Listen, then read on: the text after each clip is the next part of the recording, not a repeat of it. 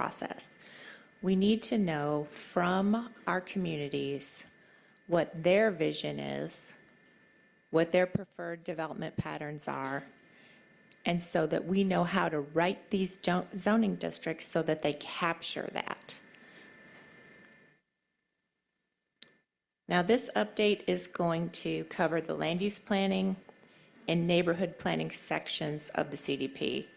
And it may also touch a little bit on transportation and a couple other things. The thing is that we're open to the input that we get from the citizenry. There's a lot of open-ended questions in this process. There's a lot of information that we will be taking from the community. Or not. There we go. So we're just about to jump into the community involvement piece of this process.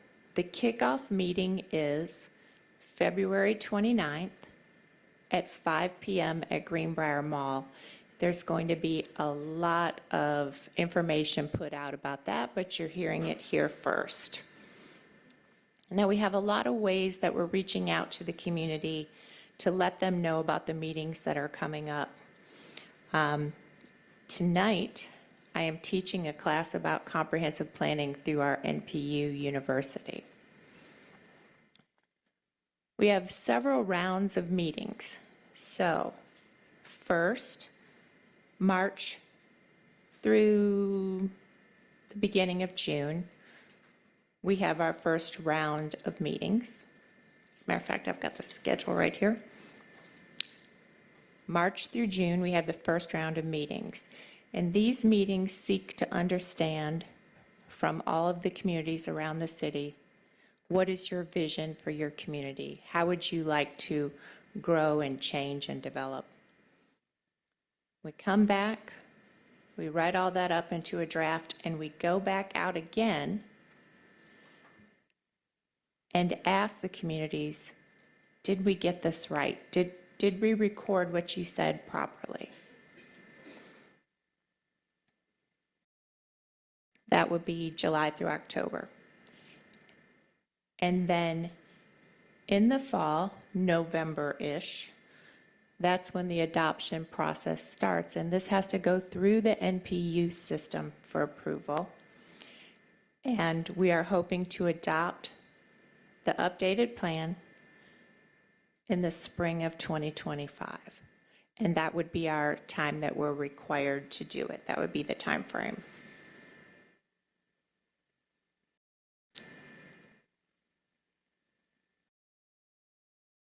Okay, we've created a website for the comprehensive plan. It's called atlantaforall.com, and it went live yesterday. It's really great. You all need to take a look at it. We're going to post our community survey there. Now, I know I've told you all that we're going to have a lot of meetings. I think I said 50, and we're going to honor that. Some of them will be big workshop meetings, open houses, and some of them will be pop-up meetings. But we are going to have a lot of meetings. So, but even if you can't make it out to one of those, you can participate through the survey, because the survey has a mapping tool. So you'll be able to do the same exercises that are done in the meetings. You'll be able to do it online. It's pretty cool. I can't wait to roll it out, and I want y'all to see it. But there are going to be a lot of meetings, and we are going to spend a lot of time with this, because the Georgia Planning Act of 1989 governs this process. And it says that a comprehensive plan has to be a grassroots effort, has to come from the community. And I think that's great that the community can tell us what they want, how they see their future. And this is a really good way for us to take that information and put it all into one document so that y'all have it for reference in your decision making. Do y'all have any questions about the CDP? If not, I could hand off to Leah for the NPU anniversary. We'll take all questions at the end. Okay. Thank you. And Leah LaRue, there she is. Good afternoon, council members. Leah LaRue, Director of Neighborhood Planning Units for the Department of City Planning. Let me go to the next slide. All right, so first, I want to say thank you so much to Councilmember Amos and all of the members of the Atlanta City Council for helping us kick off the 50th anniversary with a proclamation at your last council meeting last Monday. The members, the neighborhood planning unit chairs and neighborhood association presidents were so very excited to be honored on that day and to be able to stand and receive recognition for the work that they've done over the past year, and for some of them over the past 50 years or close to it. So thank you very much for that. I will also thank all of you for your warm reception of the calendar that we produced in celebration of the 50th anniversary. We dropped off copies to all of you in your offices and left some in the council reception area as well. This calendar was produced to celebrate the 50 years of planning Atlanta together and the future that lies ahead. For the first, as I mentioned in our last update, we separated the year into 3 phases, and we are currently in the first phase. In our first phase, it is called A Legacy of Love, and we're building on Maynard Jackson's legacy of love. We are looking back at the past, celebrating the trailblazers of the MPU system, celebrating all the ones that kind of laid the foundation for where we are today. In February, we have a class with MPU University on the history of the neighborhood planning units. It will give us a real good context and foundation for what occurred in the 70s, in the 60s even, and in the 70s that got us into the MPU system, and how we then began to build upon it up to present day. And then we're really excited to announce Public Engagement Day on March 18th. That entire week, we're partnering with the mayor's office to celebrate both the 50th anniversary of Atlanta's first Black mayor, Maynard Jackson, and the 50th anniversary of one of his legacy policy items, the MPU system. So all week long, we'll be celebrating, and on March 18th, which is that Monday, we'll have Public Engagement Day in the atrium. On March 20th, we'll have a lunch and learn. On the 21st, we'll have a panel discussion featuring some legacy leaders of the MPU system, people who've served from the 70s and 80s, both the MPUs and the Atlanta Planning Advisory Board. We'll also be partnering with Maynard Jackson High School to do an event along with the mayor's office and the Department of City Planning. And our Ode to Old Atlanta photo exhibit, we're really excited to gather some artwork and photos from all around the city representing different MPUs and do an art gallery. So very excited to work on that. And then, of course, in April, we'll be partnering with the Department of Public Works to do a neighborhood cleanup on Earth Day in recognition of Earth Day. Any questions that you have on the 50th anniversary, or if you want to host any events in your community, please don't hesitate to let us know.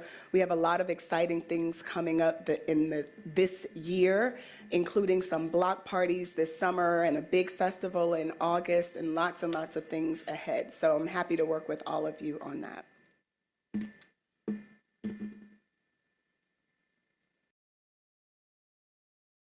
Afternoon, council members. My name is Matt Adams. I'm an assistant director in the Department of City Planning, and I manage the city's historic preservation program. So I'm here to talk to you today about one historic designation that we've done recently, and also another program that we are seeing some movement on. So first, the Old Stone Church in Candler Park. The photograph that's on there today is actually of the church building before the one that we are currently designating. But this property in the designation really represents the first fruits of our office's collaboration between the city's new African-American history manager, who's Mr. Anthony Knight, who's joining me today, and grassroots preservation organizations, in this case, the First Existentialist Church and the Antioch East Baptist Church, who both call this site home. So the current building was constructed in 1922 as the third home to the Antioch East Baptist congregation, and also as sort of the spiritual underpinning of the Rose Hill neighborhood, which is in present-day Candler Park, the park, so the baseball fields area. Antioch East Baptist Church traces its roots to Reconstruction area congregation of formerly enslaved Americans. The first building that they built, which is the one that is shown here, sorry, the second building, the first building was a Brush Arbor church. This building was burned down under, quote, suspicious circumstances. So the new building that they built was made entirely out of Stone Mountain granite, sort of a sign that they were not going to be going anywhere and that they were going to stay whether folks liked it or not. And that spirit really sort of drove through the 1940s when the neighborhood was rapidly gentrified under the guise of slum clearance, which was a national trend that you see everywhere throughout the U.S., where local municipalities and persons of power would use various means to force African-American populations from areas that were deemed more desirable for development as single-family homes for primarily Caucasian families. After that, the church was sold to the Candler Park Civic Association, which was a men's club and a whites-only organization that helped further that goal. That was their home for around 10 years when it was sold to the Phoenix Unitarian Fellowship and then to the First Existentialist Congregation, who is the church congregation that inhabits the site today. They have done excellent work in tracing the biracial history of the church and the site. They are in close communion with the Antioch East Baptist Church congregation, which still exists today. It's actually quite amazing how they've been able to interact, and Antioch East still holds services and performances of their choir in this space. They really do consider it their spiritual home. So it's a perfect example of what you want to see with a historic building like this.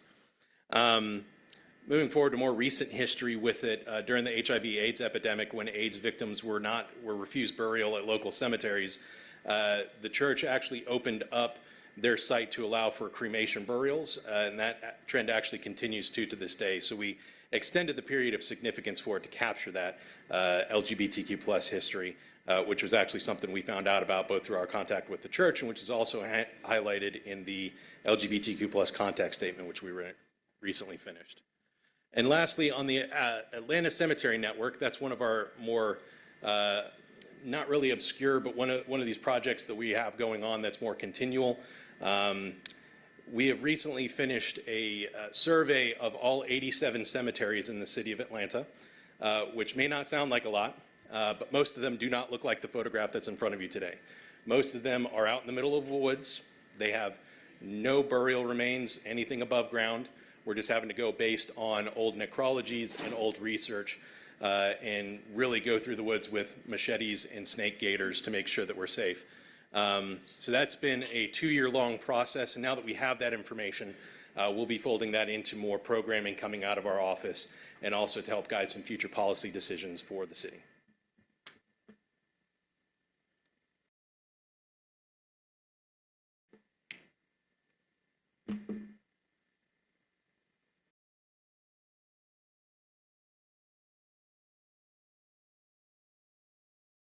Good afternoon, council members.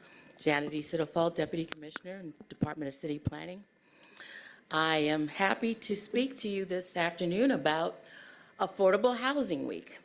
As we all know, affordable housing is a major focus area of Mayor Dickens' administration, and I believe it was back in October when we opened up the Housing Help Center.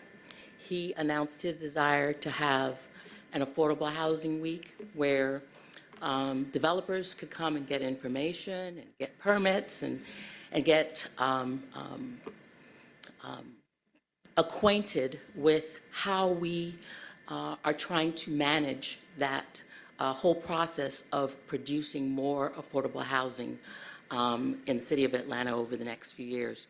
And so since then, the Department of City Planning has been working with the Mayor's Office and other departments to not only develop a process that can speed up the production of affordable housing, but can also give just general information and guidance to developers as we try to streamline the process and make our processes within city planning much more efficient and effective. So just want to share a little bit of that information with you here.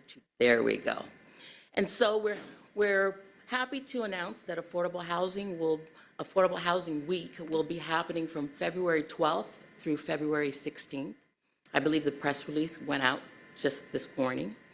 And that week is going to present a wide array of information sessions, opportunities for developers to come in and consult with our plan reviewers and experts on their project and to understand projects and ensure that we have from the very beginning a good understanding of what's being planned so that we can execute a process that accommodates the timelines and special needs of specific projects.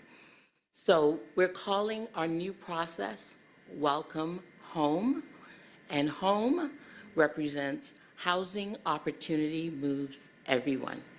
You like that? I like it. I think it's pretty snazzy. So we're going to be launching Welcome Home starting February 12th.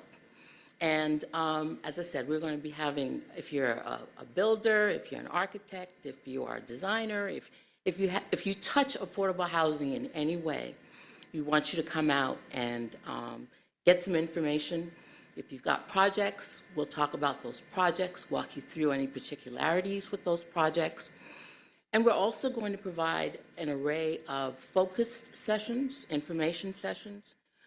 This is just a sample of the programming schedule. For each day of the week, we're going to have a full schedule of information sessions ranging from how to do your zoning and entitlement to the process itself, how to get funding, the different roles of various areas and how to meet their requirements. And throughout the day, we're going to have allotted slots for folks to be able to spend time with plan reviewers and get their projects reviewed and discuss any issues that they might have. So this is just a sampling of the programming schedule. As far as the workflow itself, or home, Welcome Home, the benefits of the new project are several. And we're going to enable the review of plans simultaneously. So instead of a plan having to go to the Department of City Planning and then to the Department of Watershed or to the Department of Transportation, those plans are going to be able to be reviewed by all departments so that once a developer gets a collection of comments, they're going to be comprehensive. We're also going to have dedicated staff to ensure that timelines are met. So we have been staffing up in our permitting area and in other departments to be able to dedicate more staff to specifically look at affordable housing projects and get them through the pipeline more quickly. For each project, we're going to have a pre-submittal meeting so that the developer can come and meet up front with our staff to review their plans, walk through the timelines to ensure that we all come away with a perfect understanding of just how this project needs to move forward.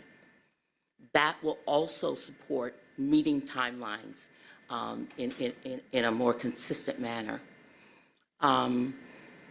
These pre-submittal meetings, if you have any entitlements, we will have those developers go through what we call our concept review committee, and those meetings will happen on the second and fourth Fridays of every month.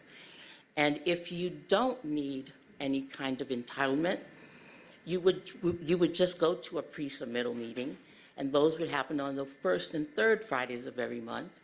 And in both of these cases, it's just really to nail down the specifics of projects so that we develop an action plan that can be executed. We have dedicated a point of contact within the Department of City Planning to shepherd this process. It's Inyo Q. Is Inyo here today? Inyo, you want to stand up and wave to everybody? And Inyo's going to be leading a team to work with the mayor's office and with developers to execute this process. An important part of the process is going to be tracking the production of affordable housing. And so Inyo has been working with the mayor's office to track where projects are within the development process and provides that information to the mayor's office for the dashboard that you see here in front of you that basically depicts how many units we are producing over certain periods of time and the impacts of those units. So with that, we can answer any questions that you might have at the conclusion of the presentation.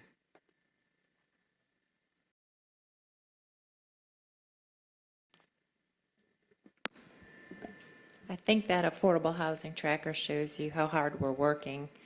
And we now have the affordable housing workflow being put together, well, almost completely put together in the Office of Buildings.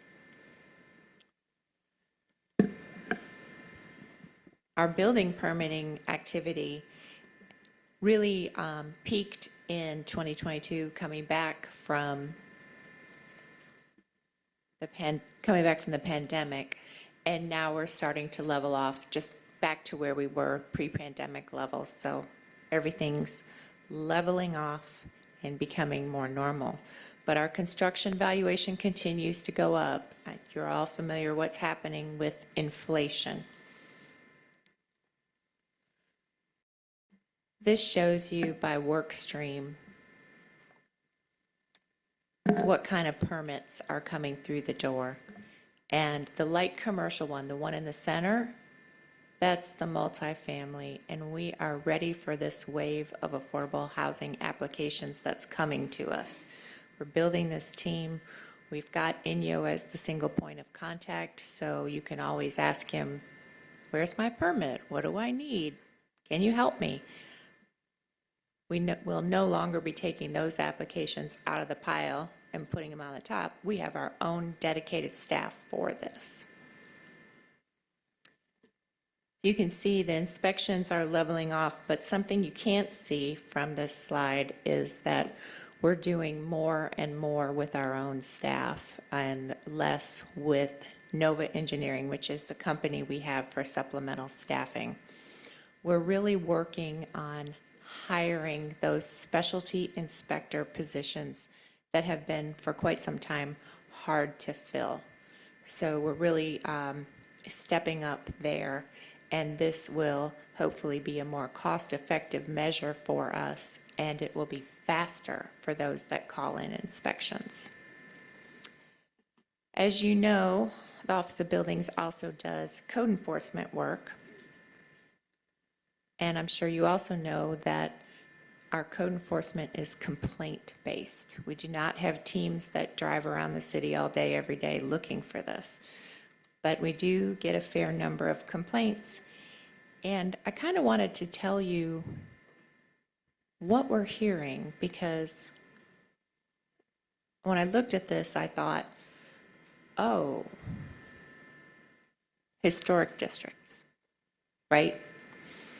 And that's part of it. We have some historic district violations, things like painted brick, which is not allowed in some of our historic districts.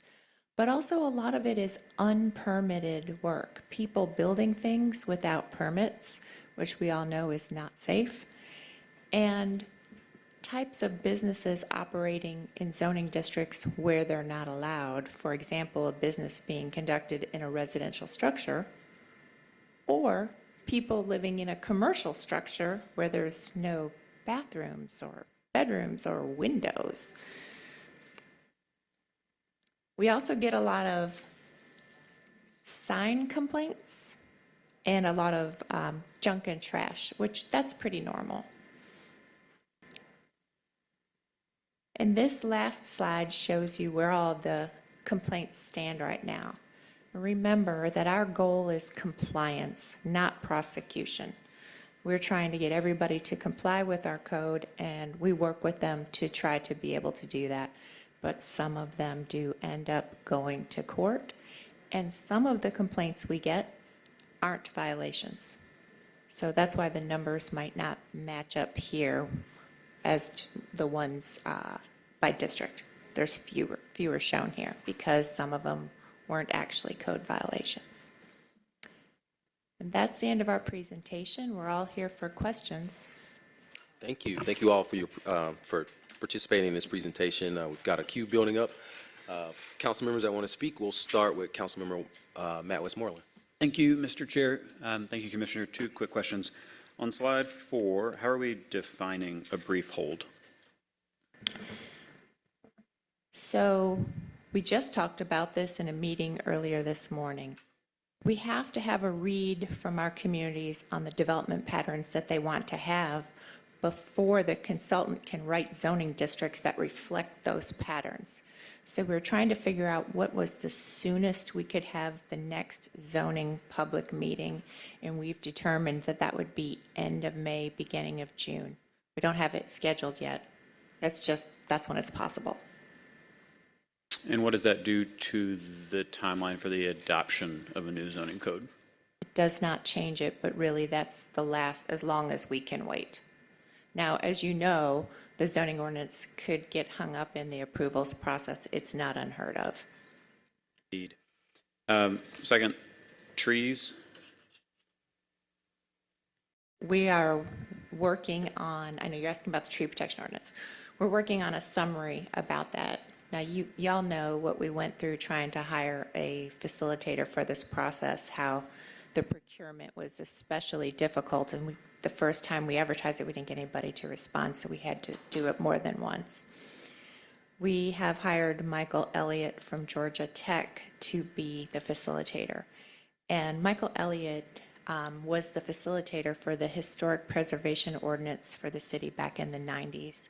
So he has history with the city, and he understands how to work with groups that have different points of view to develop an ordinance. So what he has been doing is talking to various stakeholders, trying to understand the different points of view, and trying to put together a committee for a working group. So these would be people that would commit to attend these regular meetings without missing any, would commit to doing the required reading and attending the required educational sessions, and perhaps even field trips. So he's putting together a group of, I want to say 20 people, and their first meeting should be at the end of February. Thank you. Next, we have Councilmember Dozier. Thank you, Mr. Chair, and thank you, Commissioner.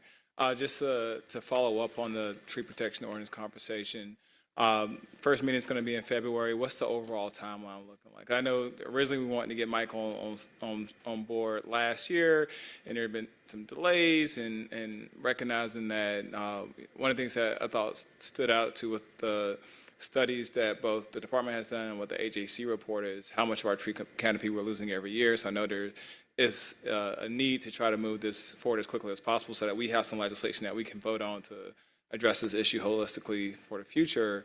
Can you just speak to what the overall timeline is looking like so we have a sense of when we might expect that legislation? We're going to start out with some education sessions. What you said about how much tree canopy we're losing, you know that we have Georgia Tech study that every year and document it. So we're going to get the presentation on the local or the most recent evaluation of the trees, and we're going to start with that. What we wanted to do in this group was put together a group of people who know about our development processes and know about trees.